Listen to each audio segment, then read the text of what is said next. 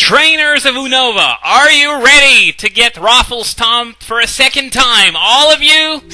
Welcome, ladies and gentlemen, to my newest Let's Play, Pokémon White 2. Before we get started on the game proper, though, I want to make something very clear for the sake of those people who are watching these LPs but have never played this game. Yeah, they exist. I know, I was surprised, too. But, some people were wondering, since, Zekrom was the mascot for White 1, and White Kyurem is the mascot for White 2, if maybe Black 2 was the sequel to White, and White 2 the sequel to Black. That is not the case. White 2, as you would expect, is the sequel to White, and Black 2 the sequel to Black. And it might not make that much sense to someone who doesn't know the story, but trust me, it will all make sense in time. So, Pokémon White 2. Here we go. Let's get started with a new game, and we're going to be treated to a scene that we've seen 6 times before, so this is the 7th time that we get this little intro thing in this Let's Play series. And, oh wow, that Minccino actually evolved since the last game. Yeah, I guess I should mention this. White 2 takes place 2 years after White, so of course things like that could happen. I wonder if it's the exact same Pokemon, the exact same Minccino/Cinccino that she showed at the beginning of the first game. But, yeah, we all know what a Pokemon is at that point. Though, I guess there are still people for who, this is their first Pokemon game. People constantly get introduced to the series. Younger people who get to enjoy what we older folk have been doing since the late 90s. So, time to choose my gender again. I am a boy, thank you very much. I'm not even gonna make a joke this time about how she doesn't even know my gender. So, my name, same as usual, capital J, lower E, lower F, here we go. Yes, it is. So, what a wonderful name. Of course, if she was a villain, she was a, that name sucks. But anyway, this guy is going to be our rival for this game. His name is Hugh. I'm going to keep it as the default. Of course, this is a color-based pun. We've had several characters named after colors in the first game, such as Bianca, Sharon, as well as the 6 Plasma Sages not named Getsis. So, my story will truly begin. We've all been there several times before. Sorry if I can't seem excited about this, but put yourselves in my place. I've been playing these games for almost 15 years, so I've seen that intro countless times, and it always boils down to the exact same thing. This is what Pokemon are. Name yourself, name your rival, and blah blah blah, and some closing stuff that really doesn't matter. Anyway, time to move on to the game proper. Game Freak presents a very beautiful landscape that really, I'm not really knowledgeable about what the DS hardware can or can't do, but compared to what they did with Diamond and Pearl, this doesn't really compare. This is absolutely incredible. So, we are taking a look at Aspertia Town, our starting town for this game. Now, you may have seen that there's a gym and there's a Pokemon Center. Yes, that doesn't mean that it's not our starting town. Our starting town does have a gym. It has a Pokemon Center, believe it or not, which is a first in the series. So, this is our mother, who is getting a call from a certain Aurea Juniper, which, well, we just had a chat with her just now, so there's no excuse to not know who she is, but whatever. So, apparently Juniper decided on her own, despite me never meeting her before, that I was going to get a Pokemon for a completely arbitrary reason. Yeah, I don't know either.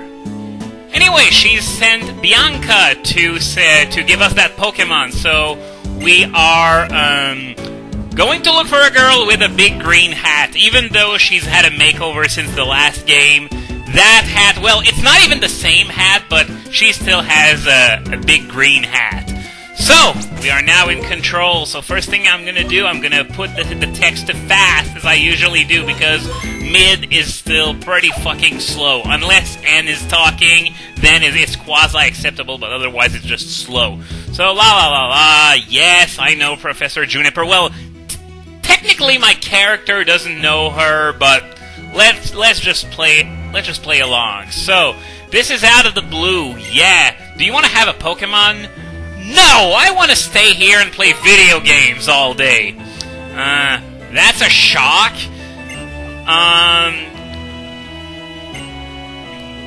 No! I told you before, I don't want a Pokemon! And, okay, this is an endless cycle, so, yes, step 1 completed. I mean, why would you care so much if I don't want one? So much that you'd ask me over and over and over, and yeah, I answered no, but I guess that if I answered yes, she would tell me what a Pokédex is anyway. Yet another question, you want a Pokédex? No! I told you, I want to stay here and play video games all day! I'd like it if you were a bit more agreeable. Come on! You are the one who was calling Juniper stubborn just a minute ago! You are such a hypocrite!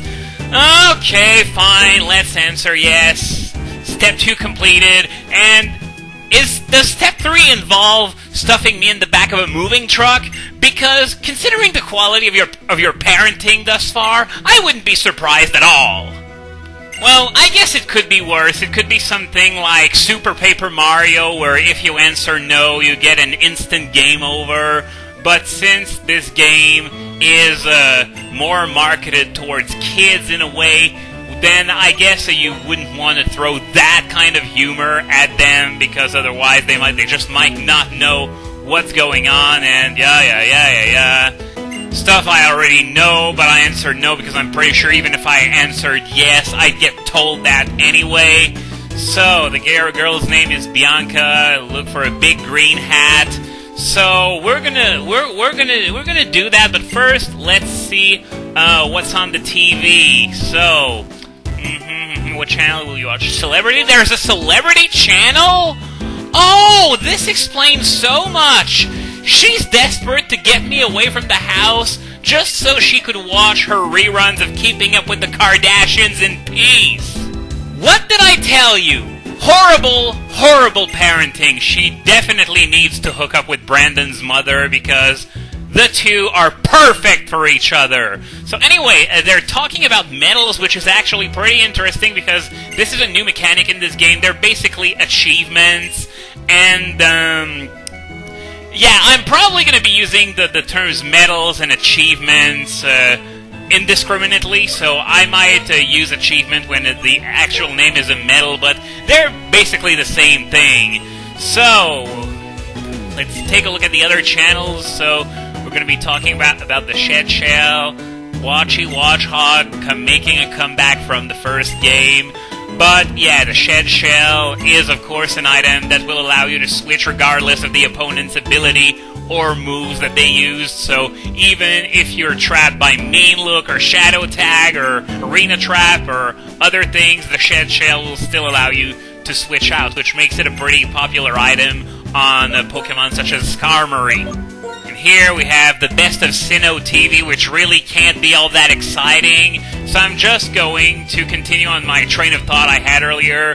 Basically, medals are this game's version of achievements. I'm not going to go for all the medals in this Let's Play, especially since I'm not really properly equipped to do so. I will go after the more interesting ones in the bonus content for this Let's Play, though, and I'm talking about the Monotype Elite Four runs as well as the solo run of the Elite Four. So, that's it for the TV. Now you know what it does, which is to say, not a whole lot. So we can now stop watching TV for the rest of this Let's Play.